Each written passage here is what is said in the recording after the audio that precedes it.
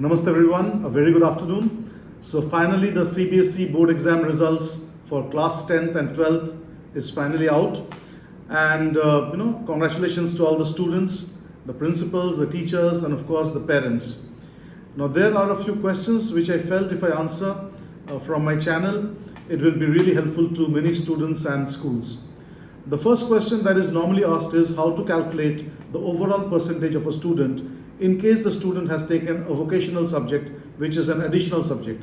So in case the child has taken 5 subjects, so the calculation becomes very easy. Average of all the 5 subjects is the overall percentage.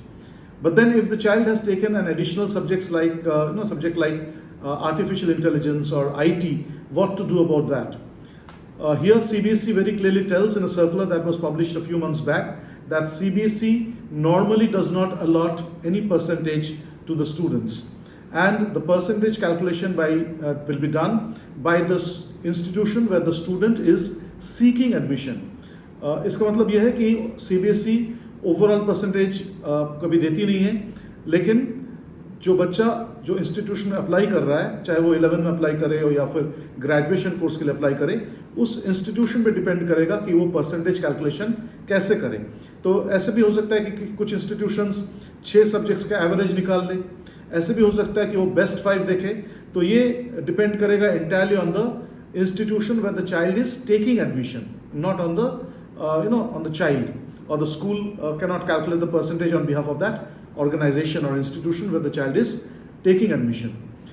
But then if you want to get a clear understanding like how to calculate the overall percentage of the student to tell others or print in the school records, in that case there was a circular that was printed earlier which told clearly that to calculate the overall percentage in case of a vocational subject you have to keep the 2 languages aside. मतलब दोनों language जो 2 language है उसको आप अलग कर लीजिए. उसके बाद मैथ्स, साइंस एंड सोशल, ये 3 सब्जेक्ट और जो छठा सब्जेक्ट है that is a 6th subject AI और IT, ये 4 सब्जेक्ट्स में से जो टॉप 3 है उसका स्कोर आप लेके ओवरऑल परसेंटेज बना सकते हो.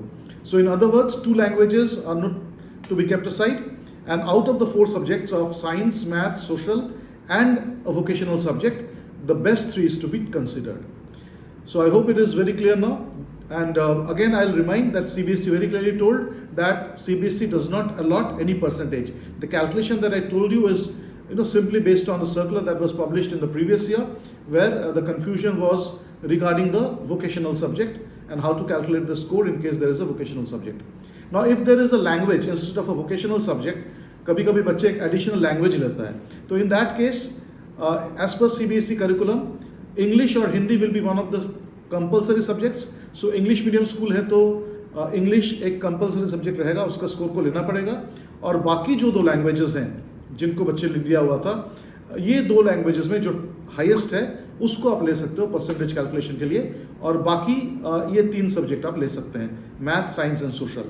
और उसमें भी अगर बच्चे ने टोटल 7 सब्जेक्ट लिया हुआ था, let's say English language 1, English is the language 1 और 2 लैंग्वेज और लैंग्वेज 2 एंड लैंग्वेज 3, और साइंस, मैथ्स, सोशल और वोकेशनल भी लिया था, फिर क्या होगा? फिर वही होगा, 3 लैंग्वेज में से इंग्लिश को कंपलसरी रख के बेस्ट 2 लेना है, और साइंस, सोशल, मैथ्स और वोकेशनल में से जो टॉप 3 है उसको लेना है. तो उम्मीद करता हूँ आपको समझ में आ गया होगा कि किस तरह से ओवरऑल परसेंटेज कैलकुलेट करना है. But again it depends as I said on the institution the child is seeking admission. Now another very important question is the grading system. कभी कभी देखा जाता है बच्चे को 94 मिला और उसको A1 ग्रेड मिल गया, और एक सब्जेक्ट में उसको 96 या 97 मिला, वहाँ पर A2 ग्रेड आ गया. तो कभी भी पेरेंट्स ही कंफ्यूज हो जाते हैं कि या फिर रिपोर्ट कार्ड में दिखा जाता है कि एक सब्जेक्ट में 96 है उसमें A2 है, एक सब्जेक्ट में 91 है उसमें A1 आ गया. So let me tell you, this grading system is not an absolute grading system. ये ग्रेडिंग सिस्टम एक कंपैरेटिव ग्रेडिंग है. पहला जितने बच्चों ने एग्जाम दिया हुआ है उसका पहला 1/8 टॉप 1/8 उसको A1 मिलेगा, उसके बाद का जो 1/8 है उसको A2 मिलेगा, and so on. So what it basically means is, अगर बच्चे ने 94 मिला और उसको A1 मिला हुआ है, इसका मतलब उस सब्जेक्ट में टॉप 1/8 स्टूडेंट में वो आ रहा है, जितने बच्चे एग्जाम दिया बोर्ड एग्जाम उसमें वो आ रहा है.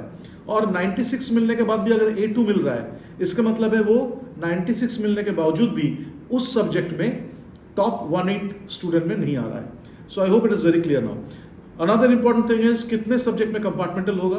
तो अगर 10th में 2 सब्जेक्ट है तो उसमें कंपार्टमेंटल लगता है बच्चे का. नॉर्मली जुलाई अगस्त इस टाइम में कंपार्टमेंटल एग्जाम होता है, तो बच्चे वो एग्जाम देंगे तो ये 2 सब्जेक्ट देके वो क्लियर कर सकते हैं. 12th में सिर्फ एक सब्जेक्ट में अगर वो फेल आता है, चाहे वो थ्योरी हो या प्रैक्टिकल हो, उसमें कंपार्टमेंटल आएगा and the child can again appear in the compartment and clear the exam. इसमें और एक फैसिलिटी है जो बच्चों को जानना चाहिए, वो है improvement of percentage, eligibility of improvement of scores. So here again CBSE has given a circular, you can Google it out कि improvement of score in board exam CBSE, और आपको देखने को मिलेगा कि बोर्ड एग्जाम में जितना नंबर मिला है उसको आप इम्प्रूव कर सकते हो कंपार्टमेंटल एग्जाम में अपीयर होके. So if you are appearing in the compartmental exam, it's not for compartmental, that not that you have failed, but आप अपना स्कोर को इम्प्रूव करवा सकते हो. So that also you can check it out. इसमें 1 या 2 subject में ये स्कोर इम्प्रूव हो सकते हैं. 12th में 1 और 10th में 2 सब्जेक्ट में, अगर मैं गलत नहीं हूँ. और एक चीज़ और है बहुत इंपॉर्टेंट, जो बच्चों ने बेसिक मैथ्स लेके पास किया हुआ है उनको अगर स्टैंडर्ड मैथ्स लेना है तो फिर से पेपर कंपार्टमेंटल एग्जाम के टाइम में एग्जाम के लिए फॉर्म भर के बेसिक से स्टैंडर्ड मैथ्स लेके स्टैंडर्ड मैथ्स क्लियर कर सकता है. ये भी एक ऑप्शन है. And last but not the least, अगर आपको वेरिफिकेशन ऑफ स्कोर करना है उसके लिए एक सर्कुलर निकला हुआ है कुछ ही दिन पहले, उसको देखिए, सारा चीज़ उसमें क्लियरली दिया हुआ है.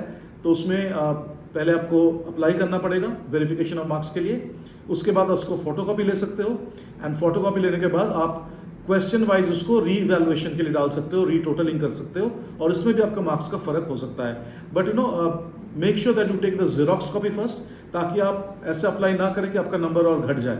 आप जेरोक्स कॉपी लेके आप चेक कर लो कि आपका कहीं पर सही में आपको लग रहा है कि नंबर कम दिया हुआ है, कि नंबर छूट गया है, फिर आप उसको अप्लाई कीजिए री-इवैल्यूएशन के लिए. Otherwise apply for photocopy and check the entire paper, and only when you are sure that your score should have been more, then you can apply. I hope it is very clear to you, and this will be a very important video. Please share it with maximum number of students and schools and parents so that they get a clarity of the thing. And if you like this video, do not forget to click on the like button, and do not miss subscribing my channel and clicking on the bell icon for more updates. Thank you. Namaste.